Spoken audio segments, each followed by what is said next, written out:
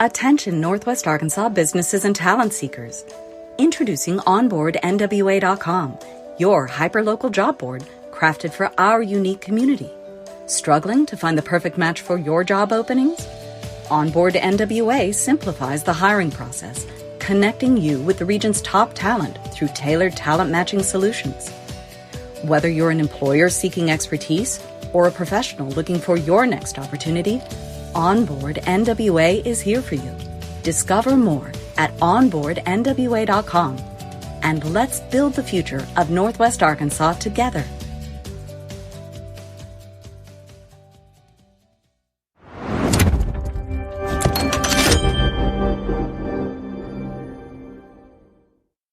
Support for this episode comes from Signature Bank of Arkansas. Founded here in Northwest Arkansas in 2005, Signature Bank of Arkansas is a full-service bank offering traditional checking and savings accounts, investment accounts, business and personal loans, and mortgages.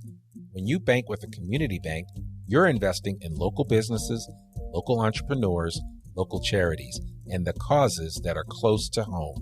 Signature Bank has worked hard to earn its tagline, community banking at its best. Give the folks at Signature Bank a call today at 479-684-4700 or visit their website, signature.bank, and let them know you heard about them here first on the I Am Northwest Arkansas podcast. Signature Bank of Arkansas is a member of the FDIC and an equal housing lender.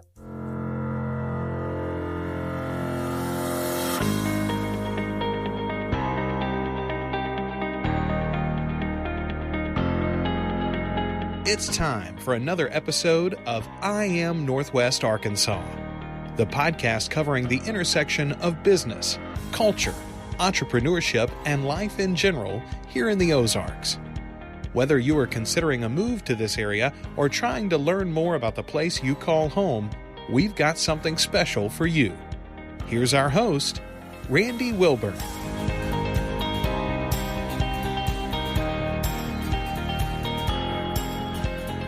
Hey folks, and welcome to another episode of I Am Northwest Arkansas. I'm your host, Randy Wilburn, and I'm excited today. I have got a tremendous guest joining me. Mary Mickel is a partner and co-founder of Resplendent Hospitality.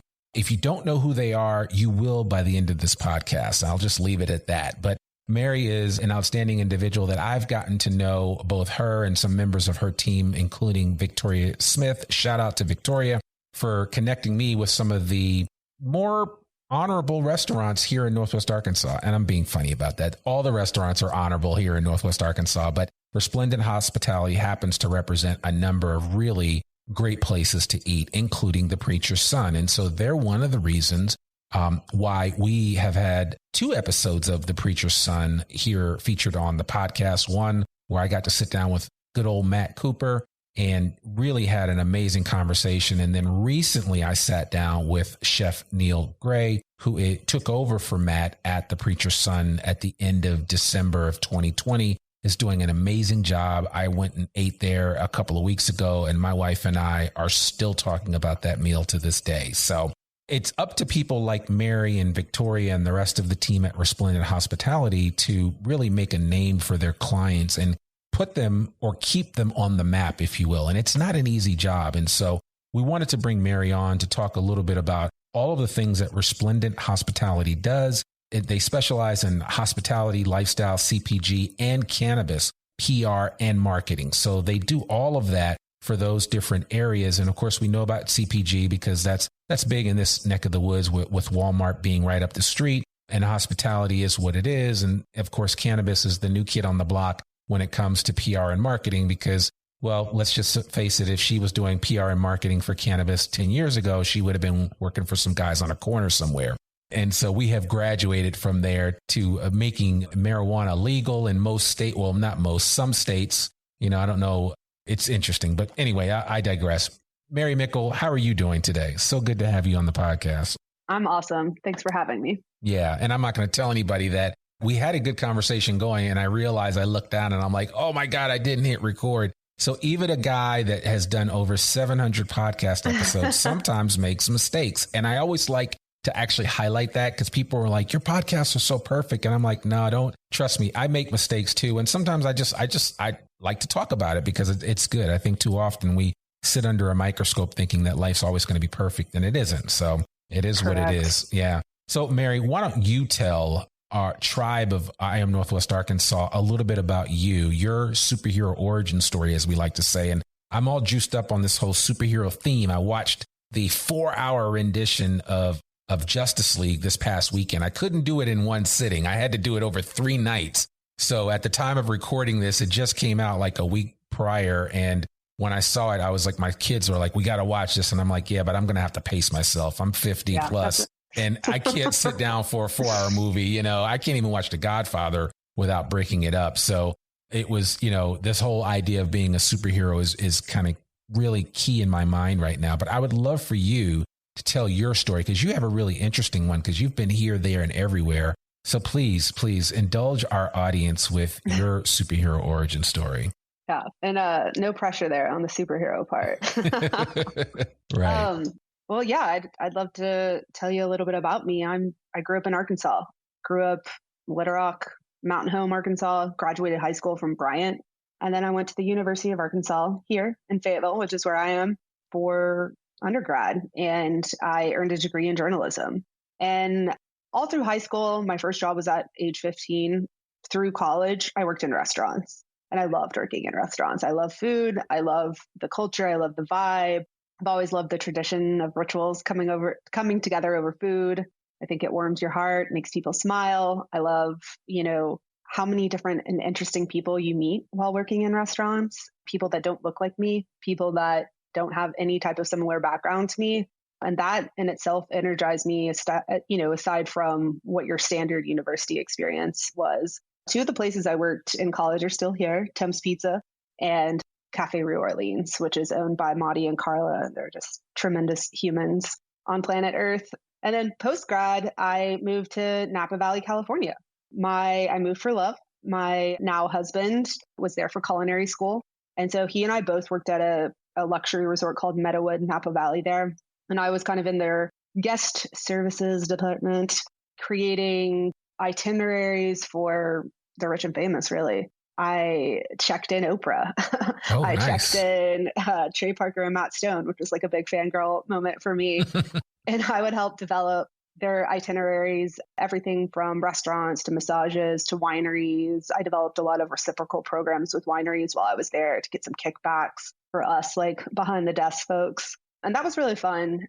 I did quickly learn that the customer service portion of working in a hotel was just not something I was interested in doing in a long-term capacity. So I found an internship in the city in San Francisco, working for San Francisco's oldest and most boutique hospitality PR firm, which was Andrew Freeman and Company. And I started as an intern. So I would work 4 days in Napa Valley and then 3 days in the city.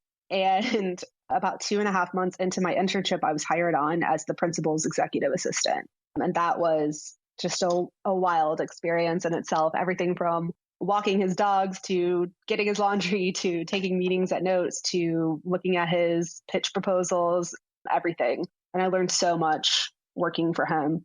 And then, late 2009, personal reasons called my husband and me back south. So we moved to Austin, and we weren't quite ready to move to Arkansas at that point. So we landed in Austin in 2010. I also got married that year to my husband. And we also founded a business, Argus Cidery, in that same year with a little nest egg we received from our wedding, and with the goal to make, it was Texas's first cider at the time, and it was all with Southern apples at the time. So that was our first venture into the business world. And when I moved to Austin, I started working for another hospitality PR and marketing firm, and that's where I met my partner, Allie. And we started Resplendent in 2012. Yeah, it was, Resplendent really was the culmination of 2 naive best friends working in an environment where our voices were neither heard nor respected. And we were convinced that there was a better way. When you say that, I don't mean to butt in. I don't want to gloss over that. When you said neither heard nor respected, was it because you were women? Nope. Well, that's a great question. I had a woman as a boss, so I hope that was not the case. I think it was, when you're young and you're essentially running a business for someone and they're not necessarily listening to your needs, your wants, like whatever requirements necessary to do the job well, you start looking elsewhere. And that's kind of what we did.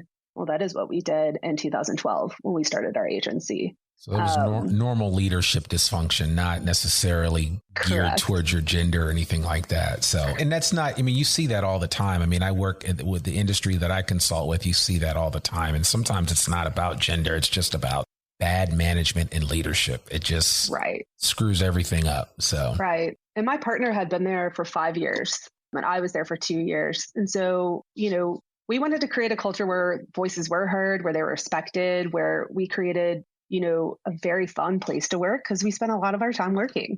We also wanted to find a better way to forge relationships with clients, with journalists, with our employees. And so at age 25 and 26 for her, respectively, we started the agency and our highs were crazy good and our lows were even worse. And I think we've been through a lot and we're stronger for it. And, it started with hospitality because that was the bulk of our background. Allie's background is super parallel to mine, except for she grew up in Chicago and went to school in Miami and then landed in Austin because she pulled like a name of a city out of a hat, legit, and then just moved there. But I think, once you become really well-versed in marketing a hospitality brand, you can really do it for any industry. I think the hospitality's focus of creating incredible consumer experiences can be emulated for any brand. And so that's what we've kind of set out to do. Is that what pushed you into some of the other areas? Was CPG just kind of a fait accompli because you're in this area, or were you legitimately interested in getting into consumer product goods? I think it came with maturing in interest. And as you grow older, you realize, oh, well, I'm also interested in policy. I'm also interested in what cannabis legalization is going to do for the state. I'm interested in what nonprofits are doing to make our communities better. I'm interested in making sure everyone has the right and ability to vote. And so I think that kind of, that just comes with us getting a broader knowledge of the world in itself. And I want to talk about it because I'm really good at that. That's good. I mean, that means, and I think that's a lesson for anybody listening to this, is that sometimes that while the niche is important, it's also important to know the things that keep you getting up each morning and getting out and doing new things. Because sometimes you get into a routine, and sometimes being in a routine or being routinized is not always a good thing for the creative soul, that is. And you appear to be a creative soul. So exactly. And I think, this job never gets stale. I love seeing brands grow with our help, reaching new people, new milestones, getting to tell the story on their terms with their vision intact. And I think, publicists get this bad rap of spend. We got to make sure the story is, always with the positive purview for our clients, but that doesn't always have to be the case. And we can be real, honest, human individuals. Just like you said, like sometimes we make mistakes and we got to talk about it so others can learn. Yeah, no, absolutely. I love that. How did you guys end up with Rope Swing? I think that's interesting. Rope Swing for a lot of people. And this was something that I learned. And I know in telling the story of Rope Swing through some of my podcast episodes and just learning about them as a whole, it just gives me a better understanding for how things have been done here in Northwest Arkansas, and also the eye to the future that a lot of organizations have in this area, right? So that things aren't just happening by chance. I mean, there is some method to the madness, but how did you guys get connected with Rope Swing? Yeah, that's a great question. I would like to say that it was perfect timing. I kind of had this, my grandfather passed away in 2017, and I had this like existential crisis and he lived in Little Rock, of not seeing my family on major holidays. So my husband and I— Were you close with your grandfather? Very close with my grandfather. Yeah, I'm the first grandchild. I was the first girl for a very long time, but very tight with my grandfather. He died of a heart attack on Christmas Eve, which was like, oh man, I'm sorry. Really shocking in itself, Yeah. right? So I was determined that I was going to move back to Arkansas. And my husband and I kind of put a realistic goal of 3 years on that. We wanted to be in Arkansas spring 2020, which happened. So when I was kind of looking for clients that would make sense to move, or for me to establish full-time residency in Arkansas, it would necessitate me having a book of business for me to be here. So I was really inspired just by everything that was happening. And every time I visited for like a friend's wedding or to see my brother who lives in Fayetteville, there was always something cool and new and interesting happen. So the first people I reached out to was the Fayetteville Roots Festival. Brian Hembry kind of took a chance on an unknown kid. We met at Onyx on Greg. We talked for, probably 2 hours, and I somehow convinced him to let me help do the PR for their festival. And this past year would have been the third festival that we would have done together, and we're still working with them. And we actually just moved into their offices. So we're... Oh, nice. Downtown. The Roots Building, as we like to call it, across from the Prior Center. So exactly. Yeah. So we just moved in there. And then the second client I reached out to was Rob Apple at Rope Swing. And he I think he stepped out on a limb and kind of took a chance on an unknown kid with Resplendent. And it was right when they had an in-house marketing person leaving. So the timing was, worked really well. He saw the work that we did in Austin, some of the case studies, some of the people that we've, started from one location to several locations. We not only can do PR, marketing, social media, but we can do photography. We can consult on programming. We can consult on operations as far as how it relates to the consumer experience. And I think that stood out to him. So we were brought on to do pretty much every concept that they had at the time. And that was a very large undertaking and made quick business of me making a permanent residency in Northwest Arkansas. So that's kind of how that started out. I think, So are you saying that we have Rope Swing to thank for you being domiciled here in Northwest Arkansas? Outside of the fact that you have roots here, of course, but yes. they made it easy for you to make that decision. They made it easy for us to make that decision as a business, and especially when a partner's moving to be full-time and open a second office, they were a huge part in playing that role for us. And I'm forever thankful for that. And it's been an uphill battle for all restaurants to kind of pivot and recoup what was lost. And I feel like we're only now seeing, seeing the light. So.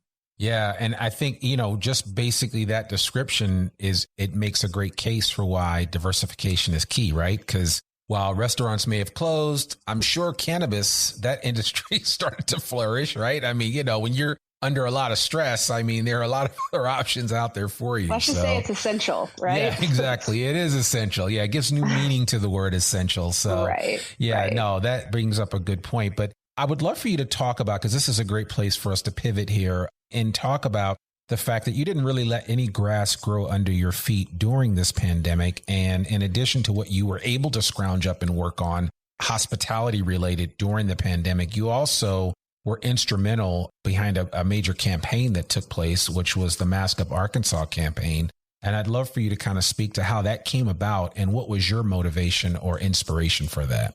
Absolutely. That was really fun to work on, because like you said, if you're not working on something that drives you and that has purpose, it becomes very stale very quickly.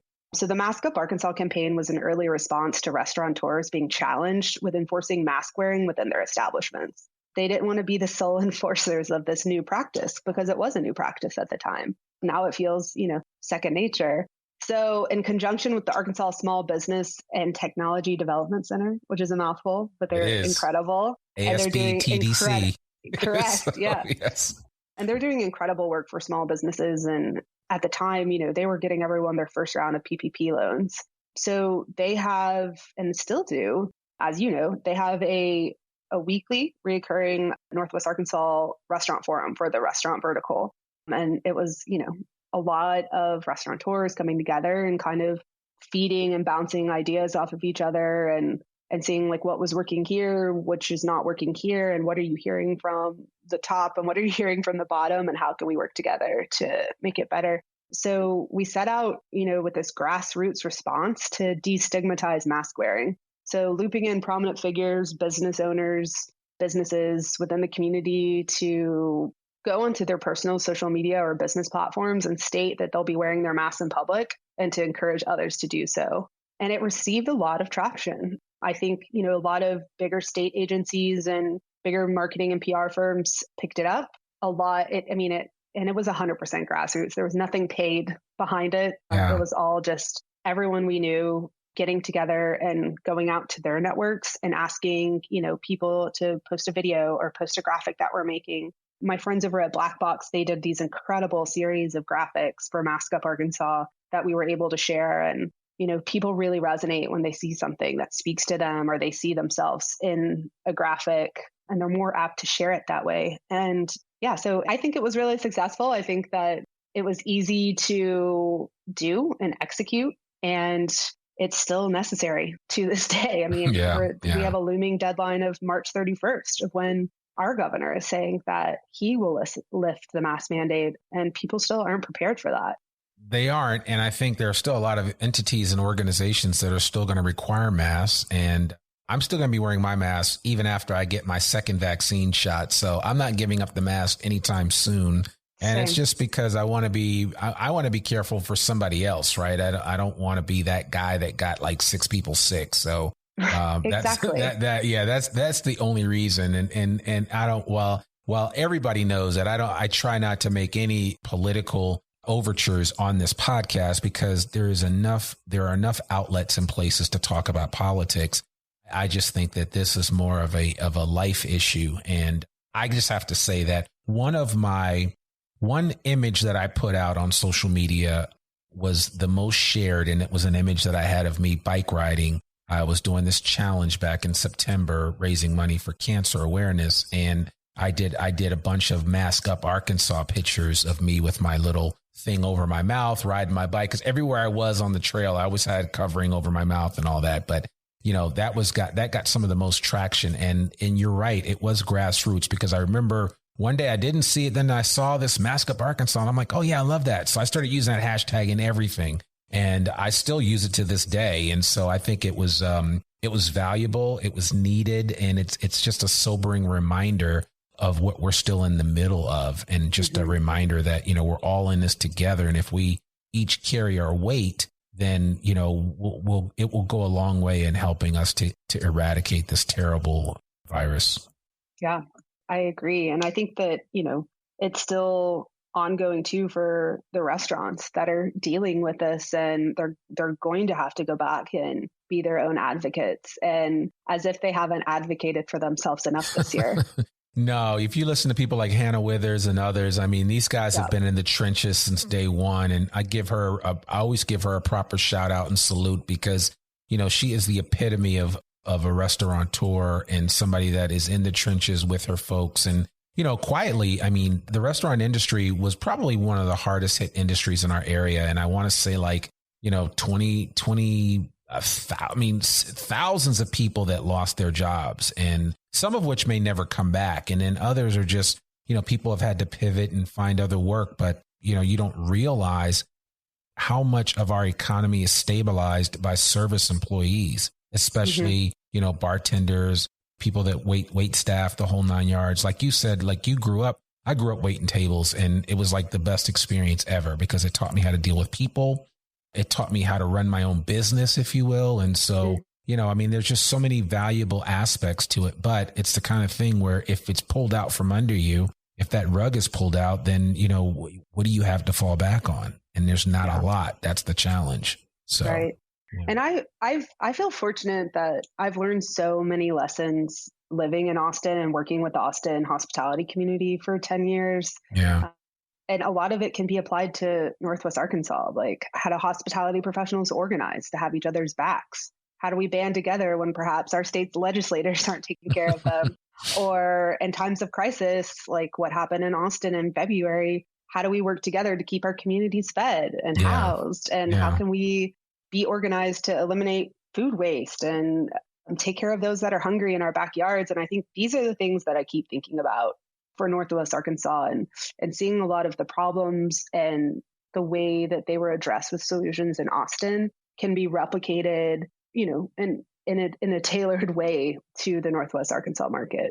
Yeah. Well, and I mean, there's a lot of work to be done, and there's plenty of opportunities out there for us to continue to get the word out and to help this organization. Another issue that came out of this whole pandemic was, and I think it's actually it's a bad thing, but it's a good thing. And that is simply the food insecurity issue that nobody ever talked about pre-pandemic. Now it's in your face, right? And you don't realize how many people are struggling in that area, even people that have full-time jobs. And so if nothing else, it has created an awareness that was needed.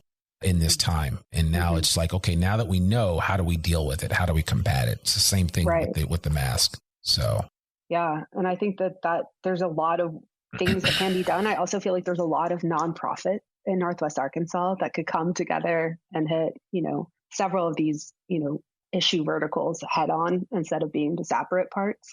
And I think that that's something that I'd just like to learn more about. Yeah. And how I can help. Are you involved with NWA Gives by any chance, or? I was not last year, but I am being brought up to speed for this year. Okay. Yeah, it was a pretty powerful event last year. It was a one-day event to raise money. I think almost $500,000 was raised for like 203 or 200, I don't know exactly, but nonprofits and other organizations that needed money. And I thought it was a good event, and they will do it again this year on April 8th. I don't know at the time of listening to this particular episode that April 8th may have already passed, but I just think it speaks volumes for the philanthropic giving that takes place in this community, and how, we like to try to take care of our own when and where possible. Absolutely. So, yeah, so it's huge. So what are some of your hopes for the future as we try to weather this pandemic, and what's the advice that you've been giving to, independent restaurateurs that maybe have pulled you up and said, well, Mary, what do you think I should do? Here's my issue. How do I overcome this so that I can come out of the other side of this, with my restaurant still intact? Because that's like a legitimate issue for a lot of people right now. Right. Well, I think, back to my work that, I've been receiving from the Arkansas Small Business Technology and Development Center, but also that I've been helping with, is making sure that we're all working together on best practices to get the word out, best practices to support each other. I think that the Independent Restaurant Coalition that turned basically restaurant pain into a motion to lobby Congress, that turned into the Restaurant Revitalization Fund that was just passed through the American Rescue Plan, is huge. Yeah. I mean, $28.6 billion, huge. And so by the end of April, a lot of these restaurants are going to be able to apply for these grants to help recoup a lot of what was lost in 2020. And I think that that's going to be not by any means the whole answer, but that infusion of capital is going to help sustain them. I think that my advice to restaurateurs and businesses that are struggling right now are to help find resources within the community that are free to them, like the ASBDC. They're helping people navigate through loans. They're helping them navigate through social media best practices, through marketing best practices, through operational best practices to help see them through. And those are all free services that they're able to take advantage of. I think that, part of the Independent Restaurant Coalition success was to leverage the members' public profiles and community connections to compensate for what they lacked in political clout. And I think that that's been kind of the hallmark of the stories we've been trying to tell in 2020, is going out there with your true and authentic self and telling your story in a real and raw way, and not just glossing over your pain, is such a great way to connect to your consumer, because they see themselves in your struggle because they're going through that same struggle. And I think that that's incredibly important to consider when you're getting your message out there, is to make sure that, these businesses are able to connect with their consumers in a real way. Yeah. Now, listen, you couldn't have said it any better. It is so true that everybody's story matters. And I'm telling people that all the time. It's honestly one of the reasons why I feel like I've had some success with this podcast, is because everybody does have a story to tell. And whether you think other people want to hear it or not, I think you should share your story, because you don't know how it will be freeing for you. And sometimes it's cathartic, but it also might be a real benefit to somebody else that's going through something similar to what you're dealing with. So absolutely. Yeah. And I think, huge. there's several people in Northwest Arkansas that I've just been kind of looking to draw inspiration from. And one is Hannah Winters, like you were saying. I mean, just watching her do what she does is amazing and incredible. And she puts herself out there in such a real and emotional way. And you can't help but resonate with what she's saying. Reese Roberts, who used to be with Bordino's, she's helping hospitality professionals through the Fayetteville Independent Restaurant Association. And I think that we'll see some really cool things happening within that organization. She's contemplating issues like, how do we get a group healthcare plan for hospitality workers? how do we create funds for emergency dental work that they need or anything, medical related. I think Daniel Hintz is doing some really cool work. Yeah. The revitalization of some of these downtowns, some of the projects that he's working on. DNA of place. Yeah. He's dynamic in himself. I remember the first Roots Festival I attended, I saw him speak on a panel. I was like, wow, this guy is dynamic. Rafael Rios of Yayos, doing really, really cool work. I think Luke and Molly at Oven and Tap, they were the master pivoters during this pandemic and found all the ways to keep us engaged with what they were doing at Oven and Tap. And it was a real, you wanted to support them because you saw the incredible effort that they were putting into everything that they were doing. And then, of course, one of the first hospitality businesses I ever heard about in Northwest Arkansas or Arkansas in general was Andrea and John from Onyx. Yeah. And what they were doing. And I remember I had a new business meeting in 2014 in Austin. And these brothers were opening a coffee shop and they said, we're drawing a lot of inspiration from Onyx.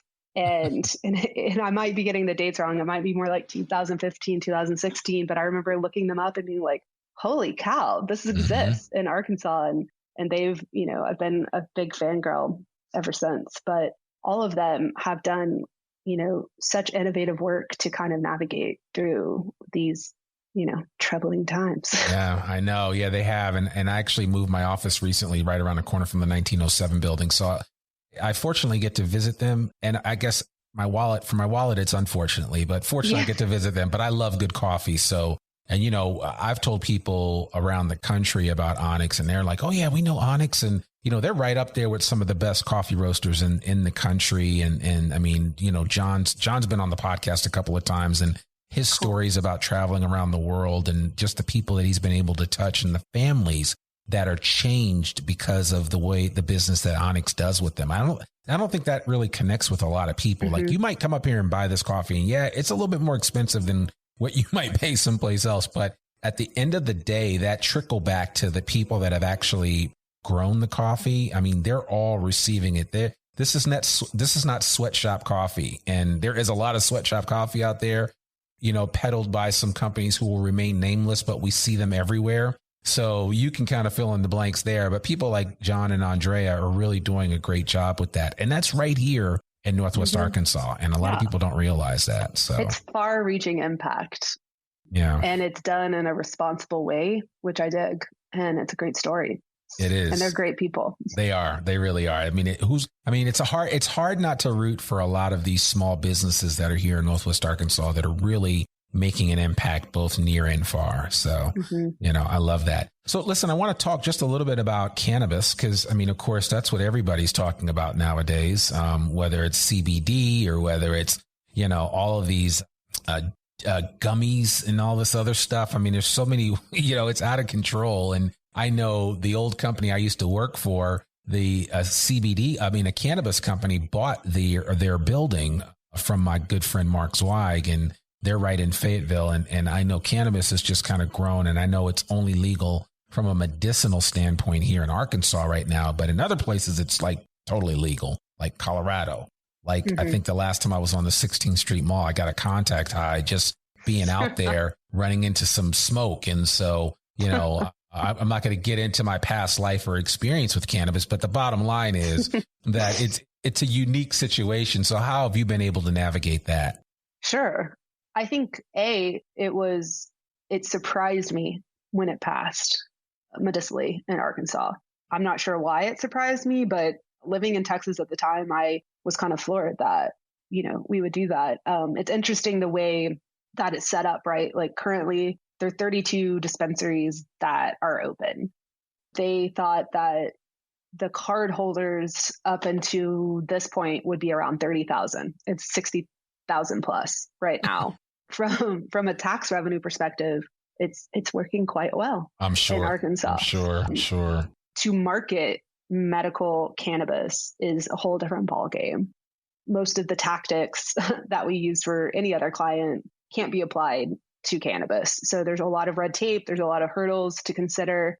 I think that our work with The Source, which is a medical marijuana dispensary in Benton County, run by some incredible folks, they are, very motivated to give back to the community because A, it's the right thing to do, but B, there's the stigma that's still attached to smoking medical marijuana or ingesting it in any way, that it's not reputable. Yeah. And even though you're prescribed, a card, even though that you're legally obtaining it, it still has this kind of checkered past, if you will. So I think that they've made it their mission to make sure that they're giving back, whether that's to veterans, whether that's to women's shelters, whether that's to the beautification of the city.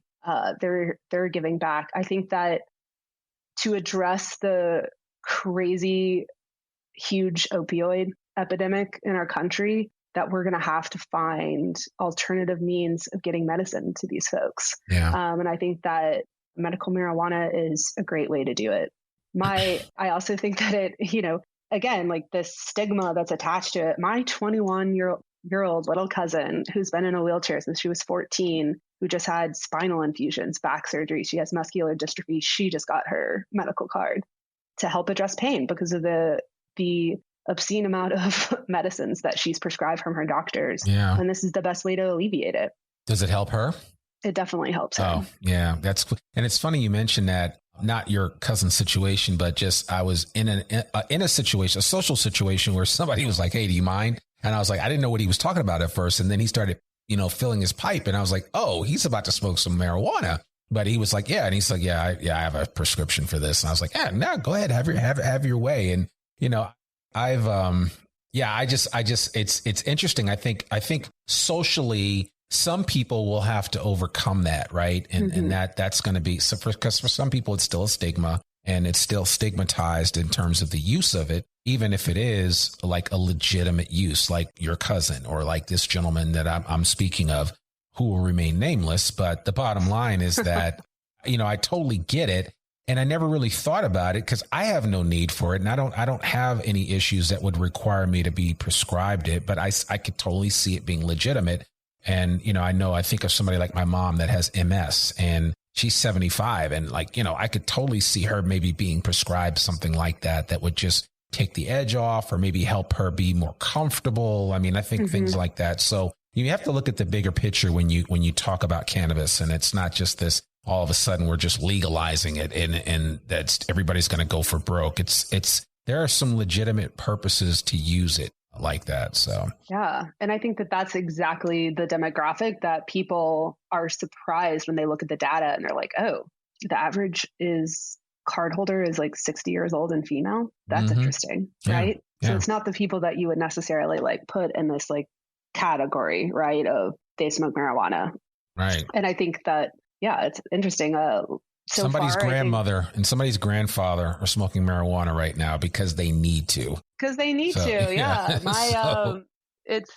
I mean, there's a lot of conditions that it helps treat. Helps for appetite. There's a myriad of ways with sleep.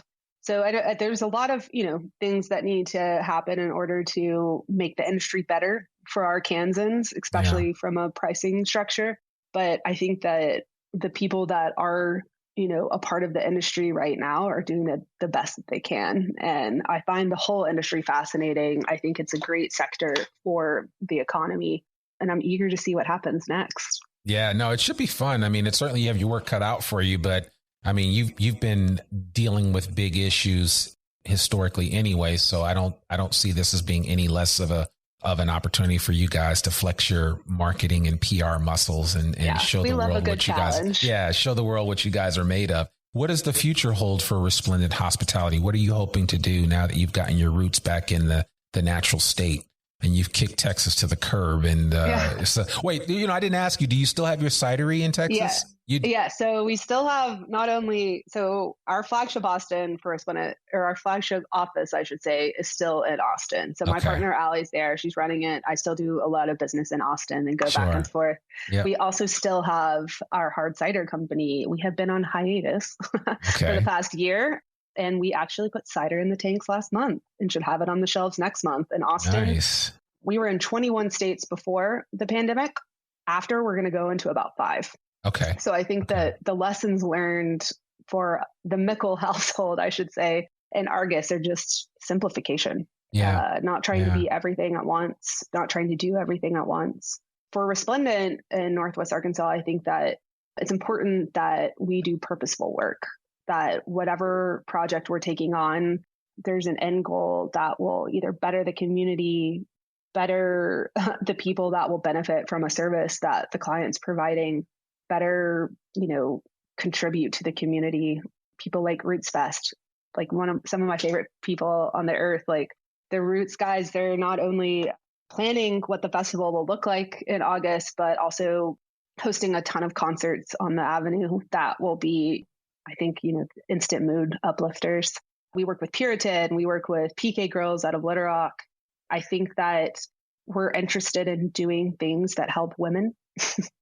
Anything that can help lift them up, that can help give them a leg up in any way. I was very fortunate with my upbringing that I was given every advantage possible. And I didn't realize until later in life that that's not the case for everyone else. Right. So I'm pretty determined to help women in any way I can, whether that's in business, whether that's donating money, donating my time, donating what little smarts I have to the cause. I'm always down to help. That's good. That's good. I love that. Well, if people, because I don't want to take up all your time, and you've been so kind to kind of share with us a little bit of your story, and I hope people have gotten something out of this, but if anybody listening to this wants to connect with you, what's the best way for them to do that? They can go to our website, resplendenthospitality.com. There's a general email there, or they can just email me at Mary@resplendenthospitality.com. And I fully well know that that's the longest email address ever. It is, but we'll put all of that in the show notes and, definitely give people a way to reach out and connect with you. There's a lot of notes that I've taken during this conversation. So it will be interesting. Of course, I can't let you leave without telling us, and I know it's hard because you have clients that come up, but where do you like to eat when you go out? And you don't have to pick just one place, but, what are some of your favorite places to have a good meal here in Northwest Arkansas? That's a great question. So in college, Hugo's has always been one of my favorite spots ever. Love the fries. Basement burgers are a family tradition. That's where my mom went when she was in college here, which is so crazy. It hasn't changed a bit. I go to Springdale for tacos a lot. I miss tacos in Austin. So I found some pretty cool, just kind of either... Not the taqueria on Emma that's across from Black Apple. I have not been there. Okay. They've got good tacos. I don't know the name of that place. I need to find out the name of that place, but they have really good tacos. They have good food, period. But they've got some good stuff going on over there. That whole downtown Springdale area is about to blow up. So I agree. I think that there's a drive-through location of Taqueria Mexicana that's just money. It's so good. What is it? It's like Typhoon, a play on Typhoon. They have the best banh mi's I've had in so long. We go there every Saturday, my husband and I, and get 2 banh mi's, and my son even likes it. He's 2 years old. Nice. We cook at home a lot because of obvious reasons, but also my husband's a chef, so that helps. I think that the produce we have in Northwest Arkansas is like unparalleled. Nobody understands it. I tell my friends all the time, like, what are you doing in Arkansas? I'm like, dude, you got to come up to Northwest Arkansas. This is not, this is not your daddy's Arkansas. This is a whole different place. Yes. So, and I'm so excited that Farmers Market in Fayetteville just opened back up. I know. I was at, which is one of my favorite places ever, is Ozark Natural Foods. And they had this, and I can't remember the farm, but this like fully matured spinach. And it was like the thickest, most like curly leaf spinach I've ever seen. Yeah. It was so good. It's so good. Yeah. And then of course, like Woodstone, I love Tula. That's a new Mexican spot on the square. I've heard about it. I've heard it's really good. Yeah. Enjoy the cocktails. I love going to Maxine's for a drink. Tula's in the Pryor Center, I think. Correct. Yeah. Because we were actually going to do a podcast with them, and we still need to do it, but the pandemic kind of slowed things down. So definitely need to get back over there and hang out and connect with them. So tell their story at some point. So yeah, you're picking all the great places. So I think anybody listening to this that's not from Northwest Arkansas is going to hear some of Mary's recommendations and be like, wow, okay, there's a lot going on there. So I need to check some of that out. So are you an outdoors person? Do you like to go out and hike or? Yes. I would say that I, outdoors, yes. Am I sporty? No. I'm 100% like a cycling poser, but I know that now that I live here full time, I'm going to have to eventually get a bike and do it. I'm working with Bike NWA, and those folks are amazing, but we're mapping out like the slow streets routes and things like that. And I'm like, I've got to get a bike. But so my house backs up to a green space and has a bunch of trails behind it. And, it energizes me. I think that's another reason why I want to be in Northwest Arkansas, because it's so beautiful. Yeah, so beautiful. Yeah. And there's so many places to escape to just to go hiking or see, natural bodies of water. My husband's a big fisherman, so I'll kind of tag along and just read a book or hang out. But yeah, we love being outside here. And I'm so excited to have 4 distinct seasons, which we did not have in Austin. Right, exactly. And that's the nice part about it. Even though the winter is never too tough, I would say that week that we had, that's probably the toughest week that I've ever spent here in Northwest Arkansas back in February when it was as cold as it was. I mean, I had seen some temperatures I've never seen in my car before. So that, that's suffice to say, I don't look forward to seeing that too often, but I'd say the winters are mild. So yes, but we do get the distinctness of having the 4 seasons, even though we're in the South. So, right. Yeah. Right. So there's that. So, well, Mary Mickel, this has been great. I really appreciate you taking time to share and to kind of unfurl the banner of Resplendent Hospitality and let the world know what you guys are all about. And that you guys are behind a lot of the things that we see out there in the marketplace. So I really appreciate you sharing that. And especially for the hashtag Mask Up Arkansas, maybe I should make that the title of this podcast. So, but I'm going to think of something creative to come up with when we release this episode. But thank you so much for joining us on I Am Northwest Arkansas. And we really appreciate all that you're doing to serve this great community. And we wish you nothing but success with Resplendent Hospitality and everything that you're touching. And we look forward to connecting with you in the future to find out what's the latest, greatest things happening with you. Thank you, Randy. Thanks for having me. Absolutely. Absolutely. Well, folks, there you go. That's another episode of the I Am Northwest Arkansas podcast. To learn more about us or to read or download the show notes from today's episode, visit IamNorthwestArkansas.com. You can listen to this podcast and sign up for our free newsletter to keep up with us and all things NWA. Make sure you sign up today. You can also subscribe to the I Am Northwest Arkansas podcast wherever you listen to it. And please consider rating and reviewing us on Apple Podcasts. Our podcast comes out every Monday, rain or shine. I'm your host, Randy Wilburn. We'll see you back here next week for a new I Am Northwest Arkansas episode. I can't even talk right now, but you know what I'm saying. We'll see you back here next week. Peace. We hope you enjoyed this episode of I Am Northwest Arkansas. Check us out each and every week, available anywhere that great podcasts can be found. For show notes or more information on becoming a guest, visit IamNorthwestArkansas.com. We'll see you next week on I Am Northwest Arkansas.